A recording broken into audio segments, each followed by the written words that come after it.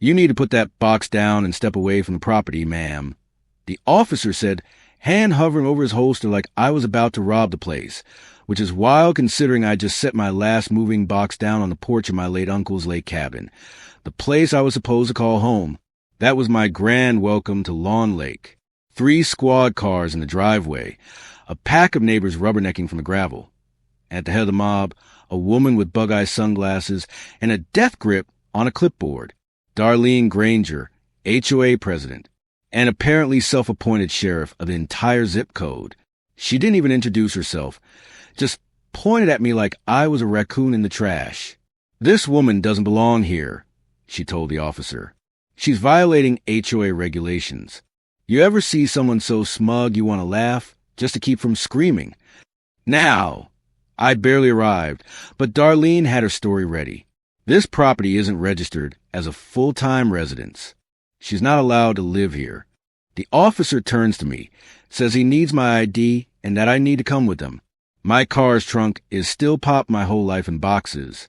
And already I'm thinking, are they seriously going to arrest me for moving in? Never did I picture being met at my new front door by blue lights and a woman who thinks a clipboard makes her God's gatekeeper. Just as I reach for my purse, my phone rings unknown number, and I hear Darlene mutter, "Let's get her out before she settles in." After 48 hours, it's harder to remove her legally. That's when it hit me. This was never about the rules. This was a setup. Let me back up. My name is Sarah Whitaker, 43, nurse from Ohio.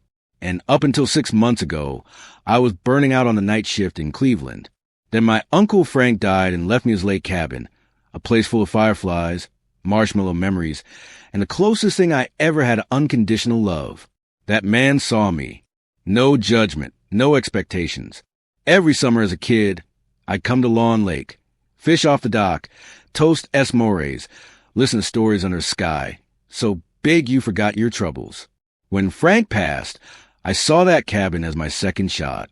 I quit my tiny rental and made the 7-hour drive to start over. What I didn't realize was that somewhere between my last summer visit and Frank's funeral, the HOA had morphed. Darlene Granger had taken over mid-50s, always in sneakers, ran the HOA like the U.S. Senate, and treated outsiders like a weed in her manicured lawn. The minute I arrived, I felt her eyes. The porch was, as I remembered, the red canoe by the side F. Whitaker fading on the mailbox, but the peace lasted maybe 10 minutes before a parade of white SUVs started circling. I tried to shake it off a small-town curiosity, but when the cops showed up for my last box, the mood turned. Darlene waved her clipboard like a sword. "Until we verify your intent to live here full-time, you're in violation of Article 6, Section 2. The officer asked for my ID. I realize my license still says Cleveland. Would that make it worse? My hands are shaking. Darlene's husband is glaring from his car, and all the neighbors are watching, waiting to see if the new girl gets hauled off in cuffs. Just then, my phone buzzes again. Miss Whitaker Sherrill from the county recorder's office. "There's something about your property transfer you should know." And then the call drops. The officer's hand is still out. Want a little peace. "Darlene, drop your thoughts below. I bet there's more stories out there get her off the property anyone realizes." Suddenly, a familiar old red truck rolls up. The driver hops out. Uncle Frank's friend Henry, retired Navy tough as railroad spikes. What in God's name is going on? He barks. Henry stands between me and the officers like a wall. The HOA isn't the law. This cabin's been in Frank's name since '94. Sarah's his heir. She belongs here. For the first time since I got there, I felt the tiniest breath of relief. Darlene tries her rules, but Henry isn't having it. Your charter doesn't override county property laws. Let's call Cheryl.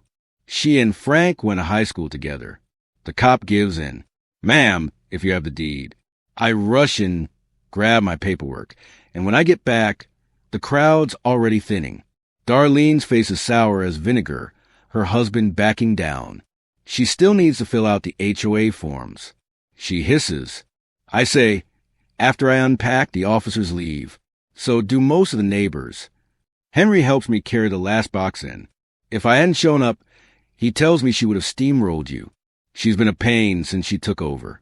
Half the folks are scared of her. He's right. Within days, I find a folded HOA notice on my windshield. Violation of residency standards. 48 hours to vacate or face legal escalation. So I walk into the HOA meeting at the A-frame hall, feeling like the main course at a wolf dinner. Darlene in a pink suit. Look who decided to join us. She starts the meeting by trashing me without saying my name. If we allow this, chaos will reign. I finally stand up. I inherited that cabin. I own it, and I intend to live there peacefully. If you think a clipboard gives you the right to call the cops on me, you're mistaken. A couple of folks nod. One old man pipes up. She's saying what most of us think. The room stirs. Darlene's not used to being challenged. 2 days later, a sticker on my door, occupancy under investigation, shows up, and Darlene's in my driveway with a man in a suit. We're escalating this, she warns. Henry in a new face, a sharp, non-nonsense woman in heels. Step up, Miss Whitaker's attorney. She introduces herself. And you just made a very big mistake. She rips the sticker off, threatens legal action, and suddenly Darlene's looking a little less omnipotent. Over dinner that night, Linda, the lawyer, goes over the HOA complaint, finds it's just scare tactics. It almost worked, I admit. She smiles, but it didn't. For a moment, it feels like the world is right again. Neighbors start to thaw. Patty, with her golden retriever, brings muffins. Curtis fixes my stairs. The place starts to feel like a community. Patty tells me we've all been waiting for someone to stand up to Darlene. But just as I start to breathe, Linda calls Darlene's filed an emergency motion over my dock. Claims it's unsafe. Linda files a counter, but warns she'll overplay her hand. She does. The next morning, smoke. My fire pit's blazing, patio chairs melting. Fire chief tells me someone used lighter fluid. This was no accident. I look across the street. There's Darlene, coffee mug in hand, smirking. Neighbors gather around, shocked now, not just curious. Henry arrives. Linda files a police report, and I finally reveal my backyard security cam. Smart girl. Linda grins. But I can tell the sheriff's not eager to go after Darlene. She's too connected. Linda says, go public. I post everything. Photos, letters that stick a fire on an HOA Horror Stories Facebook group.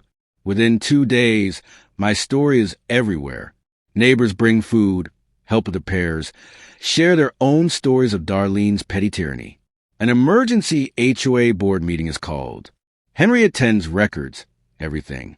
On tape, Darlene admits, we need to make her uncomfortable, so she leaves quietly. That recording is dynamite. Linda sends it to the sheriff, the press watchdog groups. Darlene's trending on the local news. Neighbors sign a petition to remove her. Her response, she chains off my dock and posts a sign. Trespassers will be prosecuted. She drives by in her speedboat, waving like the queen of crazy town. That's when I stop playing defense. Linda's already prepping a personal lawsuit. But before we can file, a black SUV rolls up. Assistant DA Michael Rose steps out. We're investigating a pattern of HOA misconduct, property violations, intimidation, now arson. Will you testify? He asks. My heart hammers, but I nod. We'll keep you safe. He promises. Word spreads. The county opens a civil review board. I'm asked to testify. Curtis, the neighbor, brings me wildflowers and thanks me for being brave. Says his own daughter called to ask why he never stood up. That afternoon, Darlene is served a formal notice of investigation. She tries damage control on the news, but the board calls a vote of no confidence. But it ain't over. Margaret Reeves, Darlene's second in command, steps in, slips a note under my door about another inspection. Henry finds a clause in the old HOA rules. If 5 homeowners' challenge decisions can be overturned, we gather signatures. Margaret tries bluffing with fake inspectors. Linda shuts it down. The Facebook group blows up. State officials open a formal inquiry. Then it gets ugly. Henry's shed is broken into, HOA, record stolen. Stay out of the spray painted on his garage. Margaret sues me for slander. I call for a town hall. The community packs in. I tell my story.